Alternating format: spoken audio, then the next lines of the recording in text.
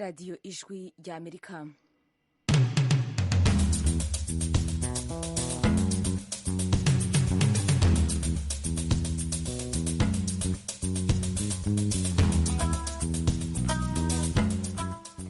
radiyo ijwi rya Amerika isamiranira i Washington DC mu Kirundi no mu Kinyarwanda. Mu Burundi mutwumvira ku mirongo migufi ya shortwave kuri metero 19 na metero 22.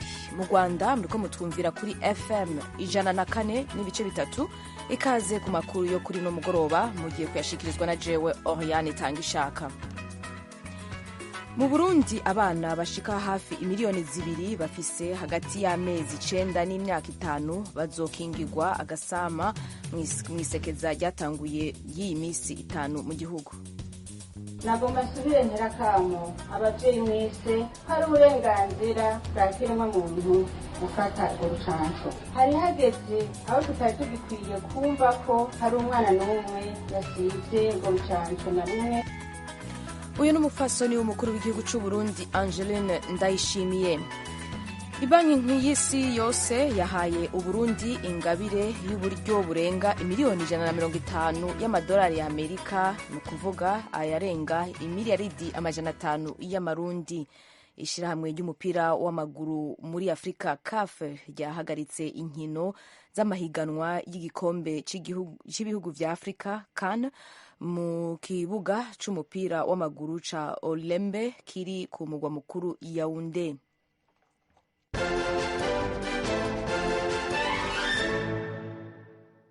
Amakuru avugwa hirya no hino ku isi.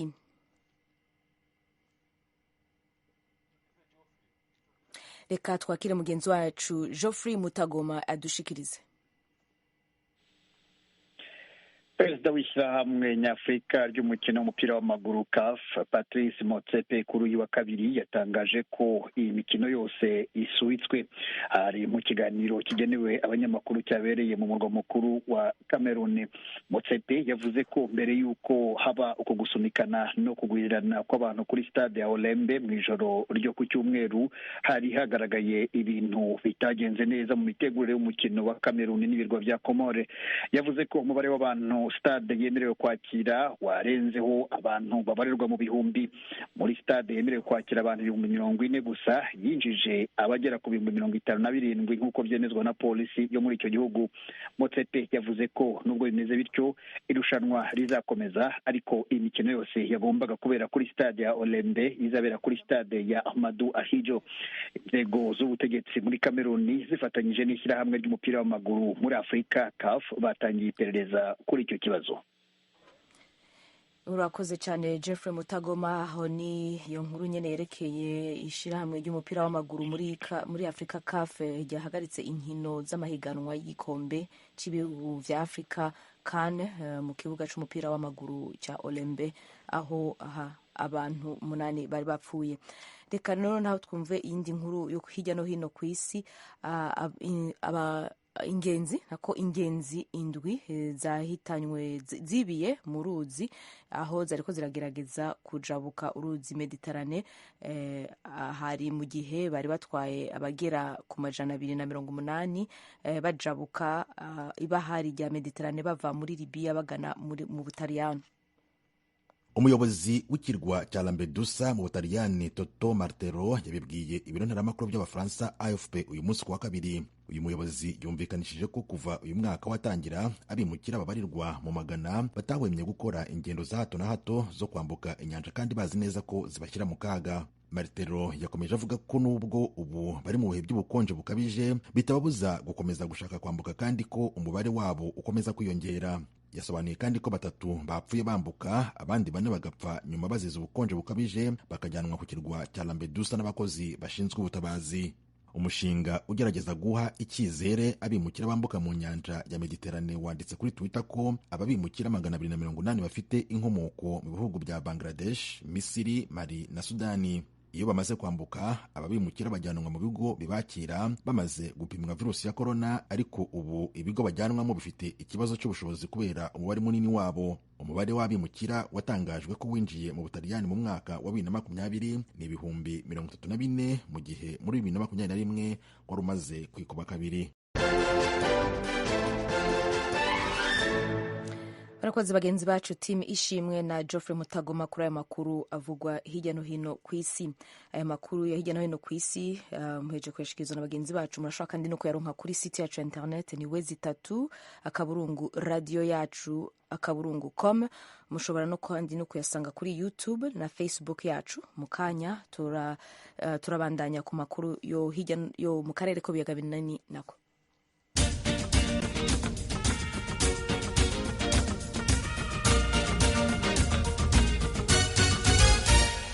Ubu naho rero ni amakuru yo mu karere k'ibiyaga binini mu Burundi. Abana bagera kuri hafi miliyoni 2 bazokingirwa agasama mwisekeza ryatanguye ry'imisi 5 ryerekeye abana bafise hagati y'imyaka nako y'amezi 9 n'imyaka 5. Umutambukanyi w'umukuru w'igihugu c'u Burundi harahamagarira abavyeyi bose kwitabira no kuja gukingiza abana, akamenyesha ko kudacandagisha umwana ari ukumuhemukira ubwiwe n'urungwaniro rwiwe.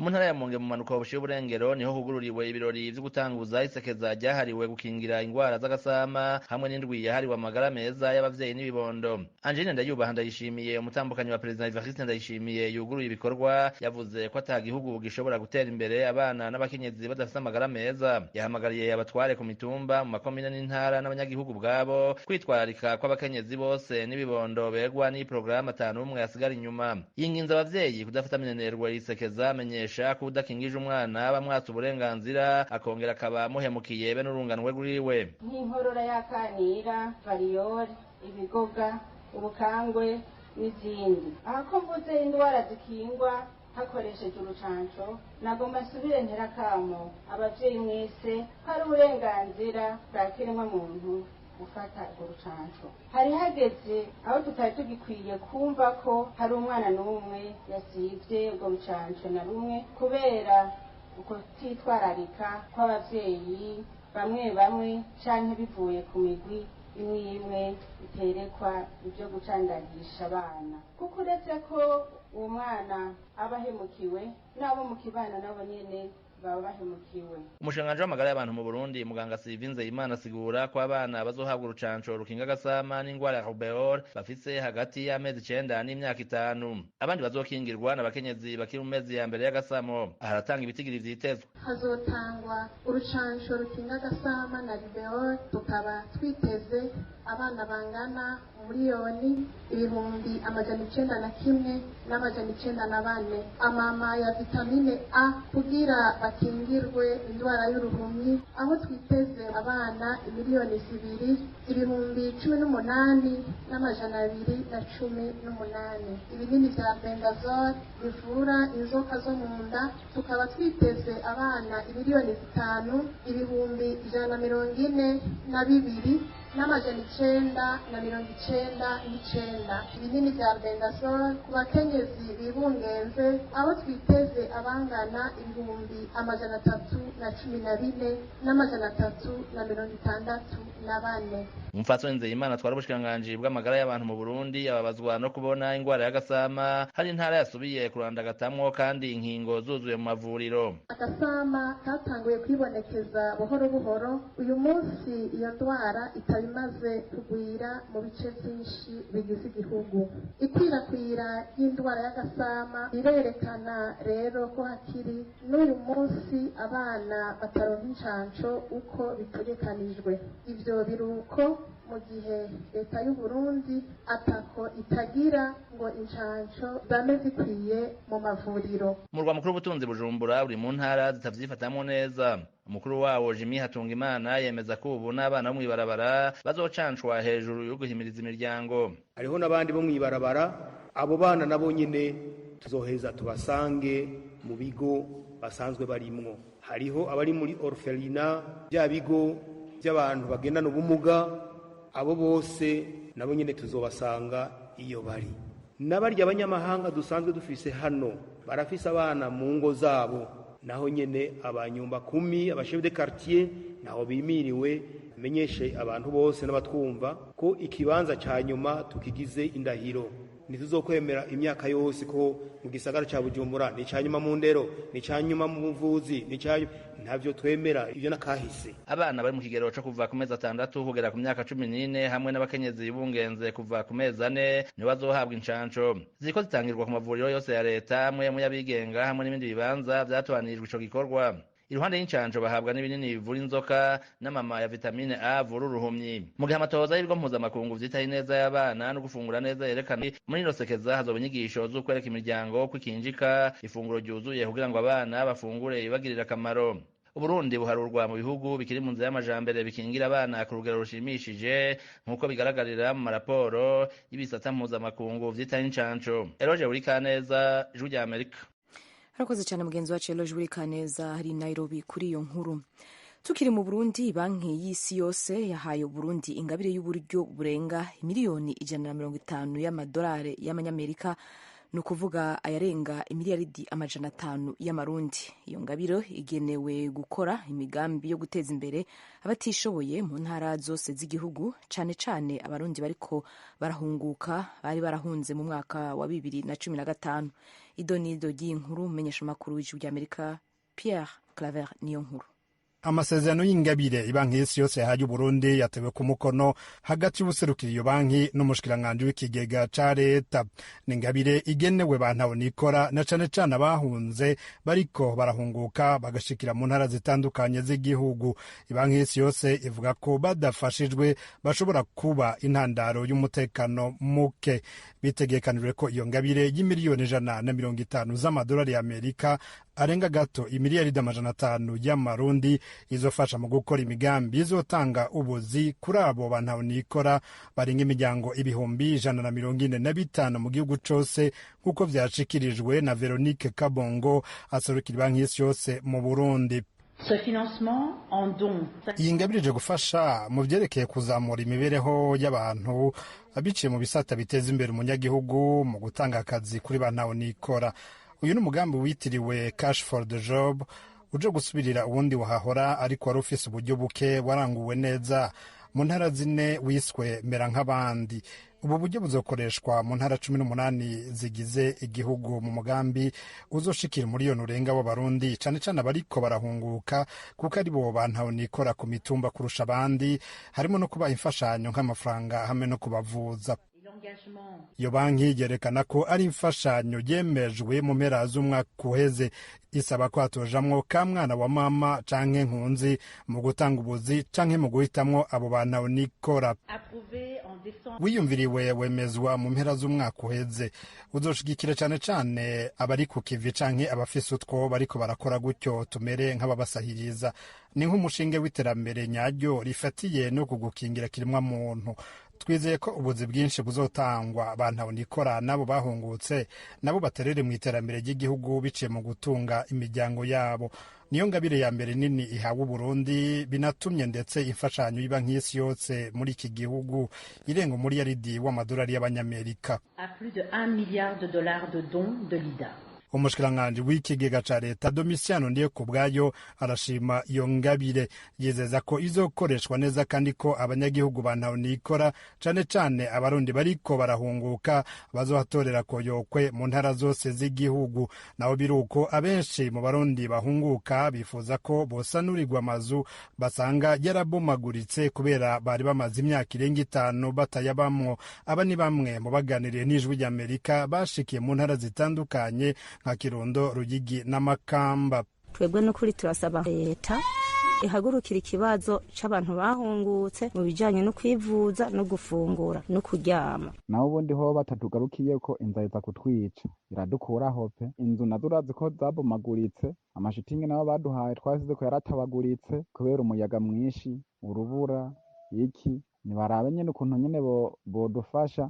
Turi batanu mu kibano n'ukuri nta ngorane, ahubwo ingorane tuzibona mu bintu bijanye n'imfungurwa n'uburaro. Ibisanzwe tumaze guhunga inzu yarageze igihe irabomoka, isanze yarabomotse narashoboye gusanira ikunda, ariko kubera ko yari yagurutse ububati bwariko bwaratabaguritse. Natwe tugakoresha yacu maboko tukabumba amatafari bakaduha amabati, babadufashije cyane. Je mpereye nkaho ndashikiye dusavye indaro ku muntu w'umubanyi twa dusanzwe tubana kare, ntacyo twikorako ntacyo ca ruguru bose ni nk'abahungutse nta kintu wobaza umubanyi nta kintu wokopesha umubanyi bakagerageza n'ukuri bakonga bakadufasha izindi fungurwa mpungutse nasenze akazu karatembagaye kanzigemba ngaho kwa mwene wacu nyene niho ntuye nta bundi buhinga. Ubushikiranganji bw'intwaro y'agati mu gihugu ari nabwo bwitaho ikibazo c'impunzi bwerekana ko abarundi bamaze guhunguka gushika ubu barenga gato 170 kuva mu mwaka w'2017 umugambi wo gutabukana impunzi utanguye.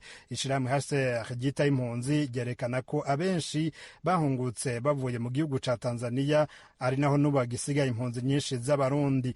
Muri ico gihugu hariyo hafi igice c'ibihumbi 266 vy'abarundi bari mu makambi y'impunzi muri Tanzania, mu Rwanda, mu Buganda, muri Kongo na Kenya nk'uko HCR rivyerekana.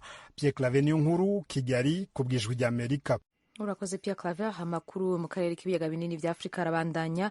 Kuri uyu wa kabiri impunzi z'abarundi 278 zo mu nkambi ya Lusenda muri Republika Iharanira Demokarasi ya Kongo zahungutse ziva muri iyo kambi zerekeza mu gihugu c'u Burundi. Ni inkuru y'umumenyesha makuru w'Ijwi ry'Amerika Vedast Ngabo ari i Buvira. Izi mpunzi 278 zahungutse ziva mu Rusenda zerekeza mu nkambi y'agateganyo ka Bimvira ari no nzira yo kujya mu gihugu cy'u Burundi. Zivuga yuko impamvu y'umutekano muke umaze iminsi yibonekeza mu Rusenda ari wo watumye nyinshi muri zo zihunguka. Penzinesfor ni impunzi yavuye mu nkambi ya Rusenda igiye mu ntara y'Ibitoki. Wabona nk'ibyo twari twararondeye twebwe byatwawe n'abakina b'amayimayi mu mwaka wa 2021 none ikintu dusaba yuko twebwe mu gihugu cy'amavukiro bo twakira bakadufata neza tukabana n'abandi neza bishobotse bakanadufasha kuko n'udutungwa twari dufise baratunyaze inka barazinyaze aribyo byo tugirira akamaro. Niyo gituma rero dufashe umwanzuro kugira gute kwitana mu gihugu cy'amavukiro.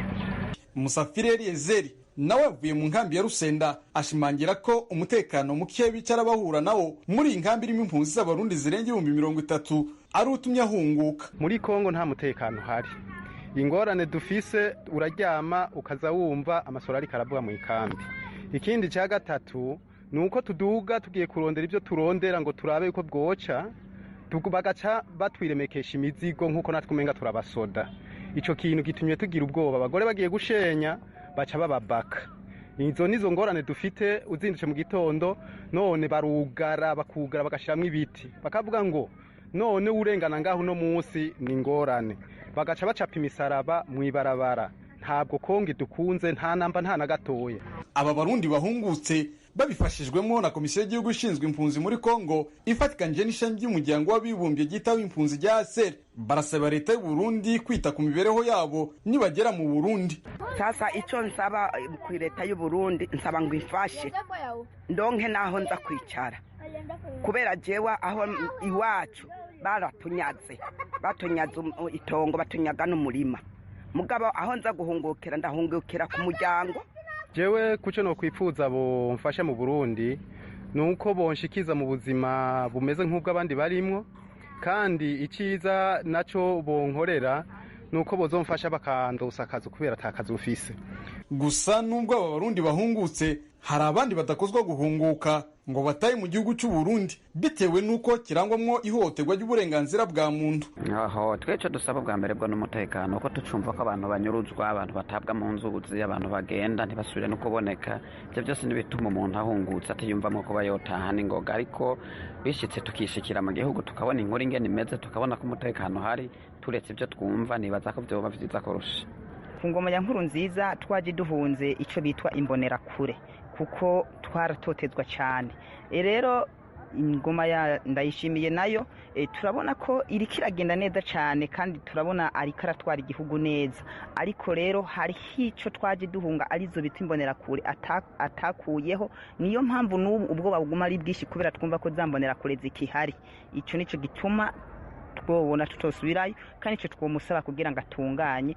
Komisiyo y'igihugu ishinzwe impunzi mu Rusenda ivuga yuko ari impunzi 278 zahungutse ziri mu miryango 78. Iyi komisiyo y'igihugu ishinzwe impunzi ikomeza kuvuga yuko aba barundi bahungutse none bava mu nkambi ya Rusenda uyu munsi barara mu nkambi y'agateganyo ya Kavimvira, ejo bakazajyanwa mu gihugu cy'u Burundi. Mwomenya yuko umwaka ushize w'2021 HCR yatahukanye mu gihugu cy'u Burundi impunzi z'abarundi zari muri Repubulika ya Demokarasi ya Kongo zirenga 7,000. Vedaste Ngabo ku bwaradijwi rya Amerika Uvira Mutara Kivu y'Epfo. Urakoze cyane Vedaste. Sosiyete itunganya imideri mu Rwanda izwi nka Uzuri KNY ikora ibirato herutse gutahukana agashimwe k'amafaranga ashika ku bihumbi 100 by'amayero muri Buraya yatanzwe n'inzu ikomeye ku isi mu gutunganya imideri izwi nka Tommy Hilfiger. Vyari mu migambi wa Tommy Hilfiger yo kugerageza kuduza no guteza imbere ibikorerwa mu bihugu bikiri mu nzira y'amajambere. Muri ayo marushanwa Uzuri KNY yari yahanganye n'amashirahamwe arenga 400 mu bihugu 22. Mugenzi wacu Eddie Gwema yaraganiriye na Kevin Kagirimpundu, umwe mu batanguye Uzuri KNY, atangura avuga aho icyumviro cyo gutunganya ibikorwa byabo byo gukora imideri cavuye. Murakoze. Twatangiye Uzuri KNY muri 2013 turi abanyeshuri kuri Universite y'u Rwanda muri KIS cyangwa se College of Science and Technology. Uyu mwaka twatangiye dutekereza ko tugiye kwihangira umurimo ndetse tugakora n'akazi gashobora guheza n'abandi bantu akazi batandukanye. Twatangiye nanone turi abanyeshuri muri Creative Designs and Environmental Build cyangwa se ibyo byo guhanga, byo gutekereza ndetse no gukora ubukorikori butandukanye. Hanyuma kumva ko byaba byiza natwe dushyize ubwenge hamwe turakora ikintu gifitiye inyungu, gifitiye akamaro ndetse gifitiye n'abanyarwanda akamaro, kandi dukoresheje passion yacu cyangwa se ibyo dukunda aribyo fashion, tukaragerageza kuba twakemura ibibazo bimwe na bimwe biri muri sosiyete yacu nyarwanda. Ubwo byari ryari? Muri 2013. 2013. Ubu ngubu wavuga ko kuva mutangiye urwo rugendo mumaze kugera hehe Kevin? Navuga ko urugendo rutoroshye, twatangiye nta mafaranga na make dufite, dutangira turi abanyeshuri turi gustragolinga mu ishuri, ariko tugira ko tugomba kugira ikintu twakora, ko twumva ko nitubaheza dushobora kubona akazi. Ikintu twagezeho gikomeye ariko twabashije gukora company cyangwa se ikigo gikunzwe n'abanyarwanda ndetse gikorerwamo n'abanyarwanda ndetse cyanakoze n'abanyarwanda, ndetse tukaba dushobora no kuba twavuga ngo dukora akazi, duhanga akazi ku bajene, ku badamu batandukanye. Niba ari ikintu kidasanzwe twagezeho kuba dushobora kuvuga ngo umuntu aricaye ari kubona income, ari ubuzima burimo guhinduka kubera ko twakoze Uzuri muri 2013. Nakongeraho nuko twabashije gufungura amaduka muri Kigali, dufite production facility yacu cyangwa se aho dutunganyiriza ibikorwa byacu ubu ngubu, ndetse twohereza n'ibikorwa byacu hanze muri Europe no muri US.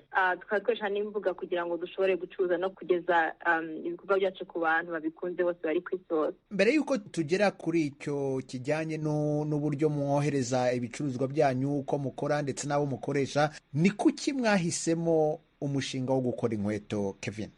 Urebye dutangiye ntabwo twatangiye tuvuga ngo tugiye gukora inkweto, twatangiye dushaka kuvuga ngo reka dushake ikintu dukemura ibibazo biri muri sosiyete yacu dukoresheje passion yacu, reka dukore fashion house, ahantu hakorerwa ibintu abantu bambara bitandukanye. Ariko tugenda tureba ahantu hatandukanye turi kwiga umushinga wacu, tuza gusanga hari ibibazo bibiri. Icya mbere ni uko inkweto zose zari ziri mu Rwanda nyinshi rwose zari ziturutse hanze, yaba ari second hand cyangwa se cheap imports zo muri China. Icya kabiri ni uko twumva ko dushobora gukora ikintu cyahereza abajene bo mu Rwanda akazi, badafite akazi muri make, badafite ubumenyi, tukabigisha, tugakorana n'izindi nganda zitandukanye zo hanze, tukabigisha bagakora inkweto zikorewe mu Rwanda zinacururizwa mu Rwanda.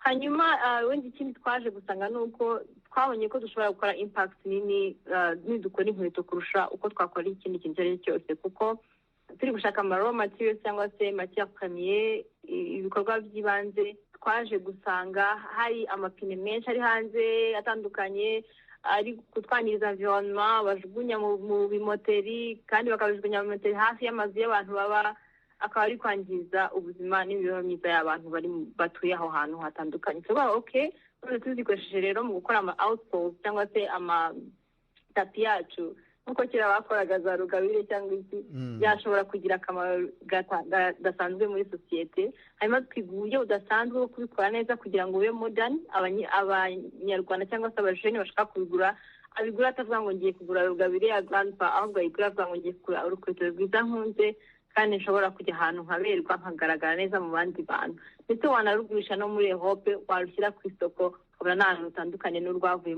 muri manufacturing company nini yo muri China. Tukivuga izo manufacturing nini cyangwa se ayo mazu y'imideri manini akomeye hirya no hino ku isi, mu minsi ishize inzu ikomeye cyane ku isi mu gutunganya imideri izwi nka Tom Hilfiger yabatoranyije nk'imwe mu makompanyi cyangwa se amasosiyete abiri yahembye, ndetse mukaba mwaregukanye amafaranga angana hafi ibihumbi 100 by'amayero, bakazanabafasha kubatoza igihe cy'umwaka. Ibi ngibi mwabyakiriye gute mujya muri ayo marushanwa mwifuzaga kugera kuki?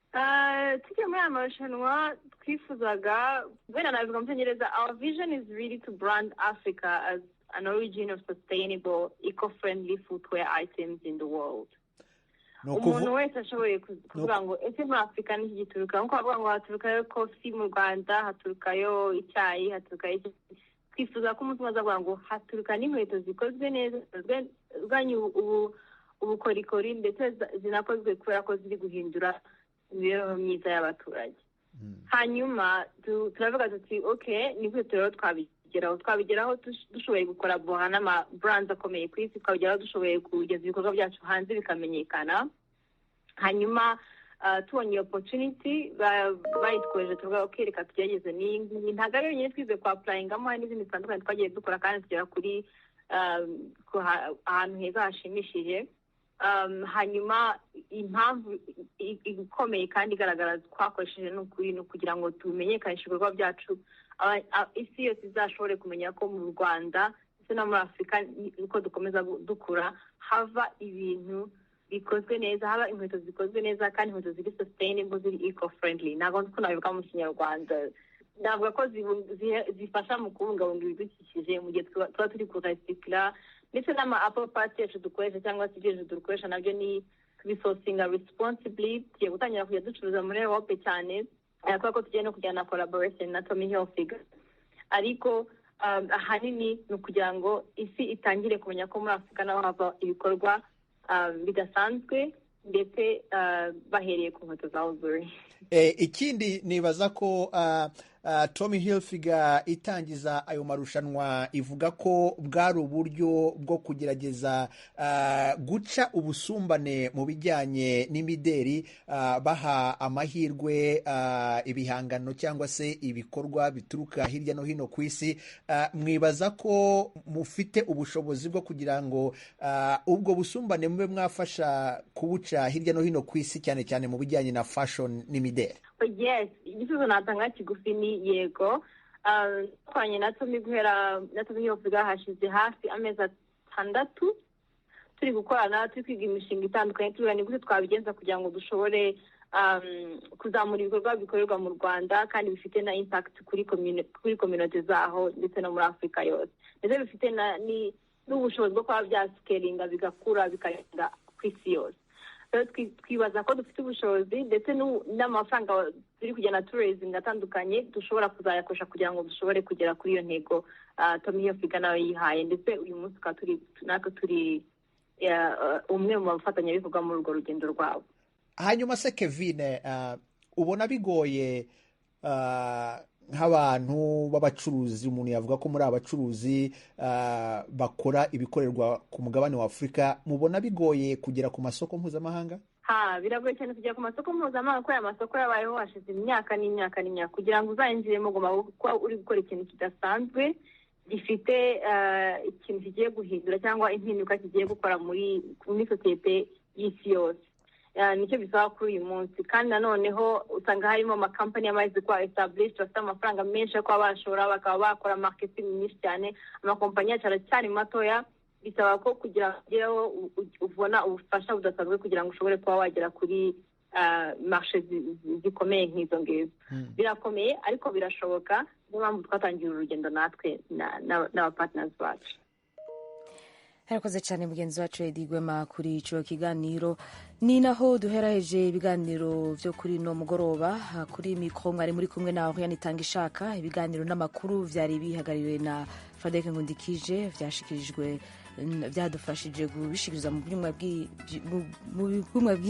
byuma ni Dieudonné Cyubahiro twari turi kumwe ku izina ry'abagenzi banje bose turi kumwe.